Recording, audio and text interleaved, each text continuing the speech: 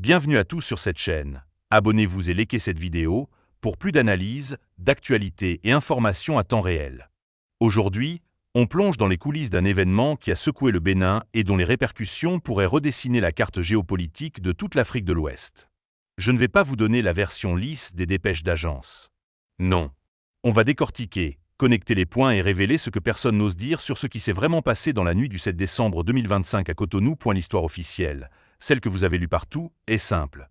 Un petit groupe de militaires, une quinzaine d'hommes dirigés par le lieutenant-colonel Pascal Irénée Guillou, surnommé Tigri, a tenté un coup de force.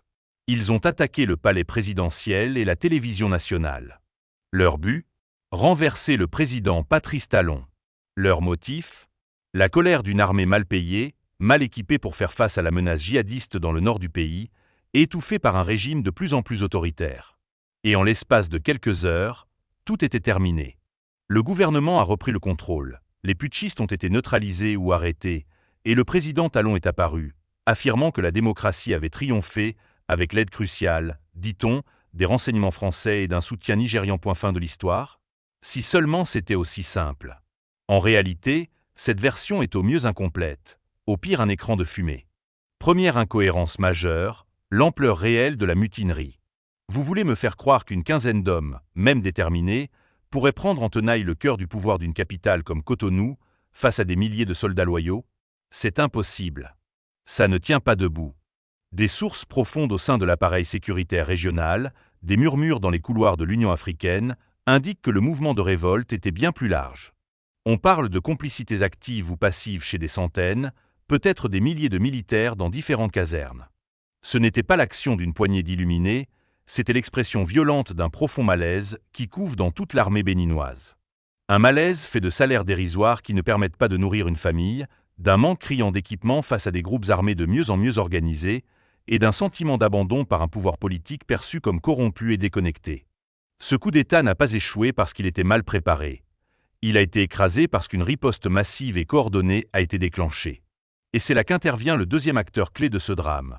La France. On parle d'une aide au renseignement. C'est un euphémisme. D'après des analystes militaires et des retours d'anciens officiers des services, l'implication française a été directe, rapide et décisive. Pourquoi un tel engagement ? Parce que le Bénin sous Patrice Talon représente, aux yeux de Paris, un verrou stratégique absolument vital. Dans le contexte actuel de l'Afrique de l'Ouest, secoué par les coups d'État au Mali, au Burkina Faso et au Niger, 3 pays qui ont formé l'Alliance des États du Sahel, AES, et expulsé les forces françaises, le Bénin apparaît comme le dernier rempart stable de l'influence française dans la région. C'est un pays avec des ports commerciaux essentiels, des intérêts économiques majeurs dans le coton et autres secteurs, et surtout un gouvernement qui, malgré ses méthodes controversées, reste aligné sur les positions occidentales. Laisser le Bénin tomber dans le chaos, ou pire, voir émerger une junte hostile à la France, serait un désastre stratégique pour Paris. L'opération a donc toutes les caractéristiques d'une intervention de sauvegarde d'influence. Utilisation de moyens de renseignement électronique pour localiser et suivre les mutins, partage d'informations en temps réel avec les forces loyalistes, et peut-être même une pression diplomatique discrète mais ferme sur les pays voisins pour qu'ils ne laissent aucun sanctuaire aux putschistes. En sauvant Talon, la France ne sauve pas un simple président. Elle préserve un pilier central de sa politique africaine dans un contexte régional de plus en plus hostile. Mais l'intrigue ne s'arrête pas là. Elle prend même une tournure encore plus complexe avec la fuite présumée du cerveau présumé de l'opération, le lieutenant-colonel Tigri. Selon des informations publiées par des médias comme Jeune Afrique et reprises par certaines chancelleries, il aurait trouvé refuge au Togo. Ce détail en apparence anodin est en réalité une bombe géopolitique. Pourquoi ? Parce que le Togo, sous la présidence de Faure Gnassingbé, mène depuis plusieurs mois une politique régionale audacieuse et ambiguë. Officiellement, il reste membre de la CEDEAO, l'organisation ouest-africaine traditionnellement proche des positions françaises. Mais dans les faits, il multiplie les signaux en direction de l'Alliance des États du Sahel et de la Russie. Le port en eau profonde de Lomé est devenu une voie d'approvisionnement cruciale pour le Mali, le Burkina et le Niger, contournant les sanctions et les embargos dont ces pays font l'objet de la part de la CEDEAO. Des accords de coopération militaire et énergétique avec Moscou sont signés. L'économie togolaise, profitant de ce rôle de pivot, est en forte croissance. En accusant le Togo d'héberger un putschiste, on pointe du doigt un pays qui défie l'ordre régional établi. C'est le prétexte idéal pour justifier des pressions, des sanctions économiques, voire des actions plus musclées de la part de la CEDEAO, sous influence française, pour rétablir l'ordre et surtout couper l'AES de son accès vital à la mer. Ainsi, ce qui semblait être un simple coup d'État interne au Bénin se révèle être une possible manœuvre dans un jeu d'échecs beaucoup plus vaste. Isoler et affaiblir les nouvelles alliances souverainistes du Sahel en s'attaquant à leur principal partenaire logistique, le Togo. Alors, que faut-il retenir de cette affaire? D'abord, que le président Talon sort de cette épreuve extrêmement affaibli. Il a montré qu'il ne tenait qu'avec le soutien de forces extérieures et que son armée était au bord de l'implosion. Sa légitimité, déjà entamée par des accusations de dérive autoritaire et de musellement de l'opposition, en sort profondément ébranlée.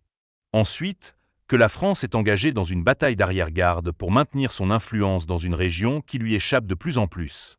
Enfin, et c'est le point le plus important, que l'Afrique de l'Ouest est le théâtre d'une reconfiguration géopolitique majeure.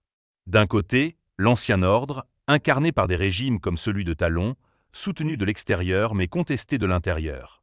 De l'autre, de nouvelles forces, comme l'AES, qui revendiquent une souveraineté radicale et cherchent de nouveaux partenaires, au prix d'un isolement régional.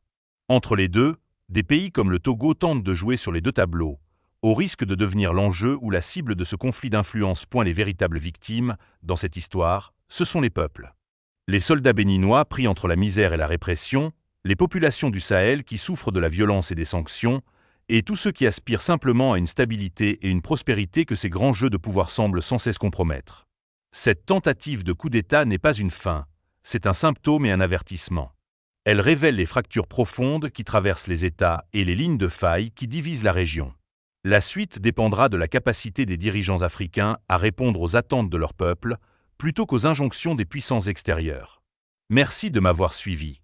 Si cette analyse vous a intéressé, n'hésitez pas à liker, à vous abonner et à partager vos réflexions en commentaire. À très bientôt pour un nouveau décryptage.